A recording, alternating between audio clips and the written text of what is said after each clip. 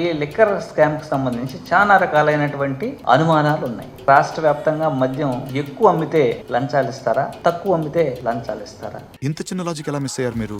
అలాగే పర్మిట్ రూములు, మద్యం షాపులు ఇబ్బడిముబ్బడిగా పెంచేసి బెల్ట్ షాపులతో సహా ఎక్కువకి పర్మిషన్లు ఇస్తే లంచాలు ఇస్తారా? వీటన్నిటిని రద్దు చేసి ప్రైవేటు వ్యక్తులతో ప్రమేయం లేకుండా ప్రభుత్వం అమ్మితే లంచాలు ఇస్తారా? ఇంత చిన్న లాజిక్ ఎలా మిస్ అయ్యారు మీరు? దాదాపుగా 4380 మద్యం దుకాణాల నుంచి 2900 మద్యం దుకాణాలకు తగ్గించారు వైఎస్ఆర్ కాంగ్రెస్ పార్టీ ప్రభుత్వం. అంటే 33% మద్యం షాపుల్ని తగ్గించారు. దానికి అనుబంధంగా ఉండేటువంటి 4380 పర్మిట్ రూములను కూడా రద్దు చేశారు. ఈ లిక్కర్ షాపులకు అనుగుణంగా దాదాపుగా 43,000 బెల్ట్ షాపులు ఉంటే వాటిని తీసేశారు, ఎత్తేసారు. అలాగే మద్యం అమ్మే సమయాన్ని బాగా కుదించారు. ప్రతి ఊరికి ఒక మహిళా పోలీసుని పెట్టారు. అలాగే ఈ లెక్కర్ నాణ్యంగా ఉందా లేదని టెస్టింగ్ ల్యాబ్లు కూడా పెట్టారు. అలాగే మద్యం రేట్లు కూడా పెంచారు. అంటే మద్యం వినియోగాన్ని తగ్గించాలని మద్యం రేట్లు కూడా పెంచారు. గత ప్రభుత్వంలో మద్యం మీద ట్యాక్సులు తగ్గించారు. అలాగే బేసిక్ రేట్లు కూడా తగ్గించున్నారు. అప్పుడు ఎక్కువ లంచాలు ఇస్తారా?